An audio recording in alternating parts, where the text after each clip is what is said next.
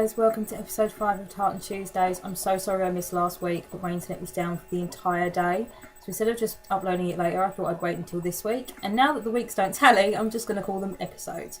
Okay, so this week we have Taxidermia. Now this is actually a requested video, so Ricky, you better be watching this. I've been wanting to do this for a little while actually, because this is probably, literally, the most fucked up movie I've ever seen in my life. I've seen quite a few fucked up movies. This tops all of them. Now, it came out in 2006. It's a Hungarian movie. You can actually watch this on YouTube in about 6 different languages, except for English. You have to buy the DVD if you want to watch the English one, guys. I also can't pronounce any of the actors' names. I can't pronounce, like, half of the stuff from, from the movie. So I'm just going to refer to the characters as grandfather, son, and grandson. Because we basically follow 3 generations of this one family, and they all do some sort of different career, and they're all disgusting. It starts off with grandfather in the Second World War. He's just a military orderly, and basically for about 30 minutes that he's on screen, which is what all of them kind of get to make up the hour and a half of the movie, he's just obsessed with sex. He just wants to shag everything, and we watch him having fantasies about like young women that are on this farm, which is where they're based, and the lieutenant's wife, and all these people. It's very graphic, this movie, really graphic. Okay, you see serious amounts of penises in this, and you actually see proper sex as well. It's not simulated; it's real sex, and it's with this really gross-looking woman. But yeah, so basically we follow him just having fantasies here and there, and then eventually he fucks a pig. And I don't know if it was a real pig that he was fucking, but it's basically a slaughtered pig that he has sex with. And it's really gross. And Ricky, I hate you for making me watch it, but I kind of love you because now I have something to top my list. But yeah, so that's basically the entirety of his portion of the movie. He gets the lieutenant's wife pregnant. She then has a son. And the lieutenant kills the grandfather. This is not a spoiler alert. I mean, this is how it kicks off the film. So then we get to follow son in his day and age, and his like sort of life follows sort of through the Cold War, and he basically grows up to become a professional speed eater. He's huge. All of his friends are huge. They're all speed eaters, and we follow his kind of rise through wanting to become the best. And we see all the ins and outs and all the background of how you do speed eating, I guess.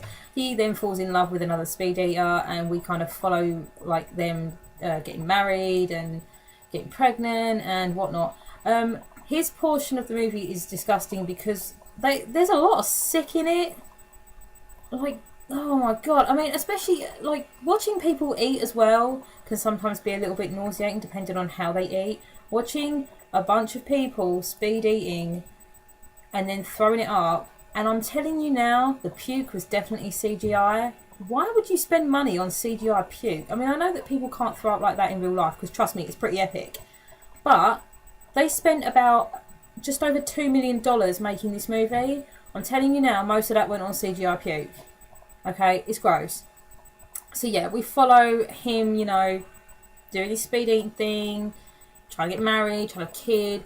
And obviously we know that he does have a child because we then follow his life. I obviously can't pronounce any of these names, I'm sorry. So then we follow grandson. Now grandson is in modern times. So he's in sort of, like 2006 obviously when this was released. He has become the complete opposite of what his parents wanted him to be. They want him to be a great speed eater and be huge and whatnot and get really, really fat. He is like the complete opposite. He's anemic looking, he's really weird looking, like I'm talking super creepy here. He's almost skeletal, and he basically spends his time running a taxidermy shop. So that's the gross part of his section, is that there's a lot of dead animals around, and we see a lot of like guts and whatnot. There's a very disgusting scene when a man comes in and basically like, look, I've got this thing, this kind of, it's not really normal that I come and want to get this stuffed, but do you reckon you could do it? And then we find out it was a fetus. He wants a fetus stuffed, and like, oh no, he wants it put into a keyring. Oh, really? Yeah, so we follow sort of the really estranged relationship between him and son, who's still alive, but he's so fat now that he can't leave his chair.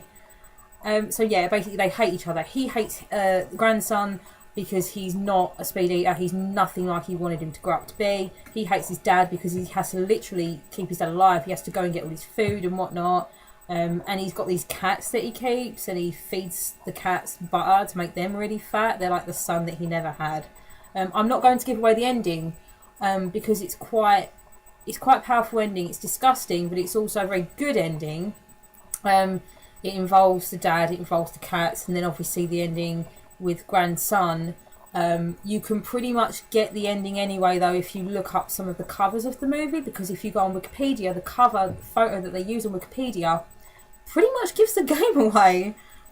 But yeah, I'm not going to say it on here. Yeah, I honestly believe that they tried, they basically went, let's make a really gross film, and they went, oh, so if like the penises and the shagging and all that don't freak you out, maybe the puke will do it. And if the puke doesn't do it, the taxidermia will do it. It's like they tried to at least offend everybody. So they thought, well, if they're not offended by that, they're probably going to be offended by this, or at least grossed out by it. I'm actually quite happy that I've seen it, though, and I'm very happy to Ricky for giving me this DVD for free. Just didn't want it anymore.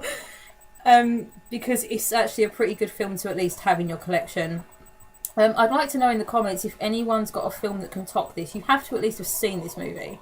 I'd love to know if anyone has got something that could literally outdo this.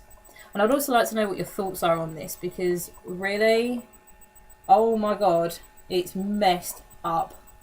Yeah, I'm probably going to leave it there. There's not really much else to say about it. I can't give you a favourite line. The pros of this movie is that it really is a sort of the top of the independent movie scene. It really is. The cons of this movie, I think they went a little bit too far sometimes with the whole gross out factor. It kind of took away from wanting to follow the story, because you're too busy going like this because there's someone puking or shagging or cutting something open in the corner. But yeah, I'm going to end it there. Okay, so join me next week for episode 6 of Tartan Tuesdays. We'll probably do another Asian movie. But yeah, stay tuned. Bye.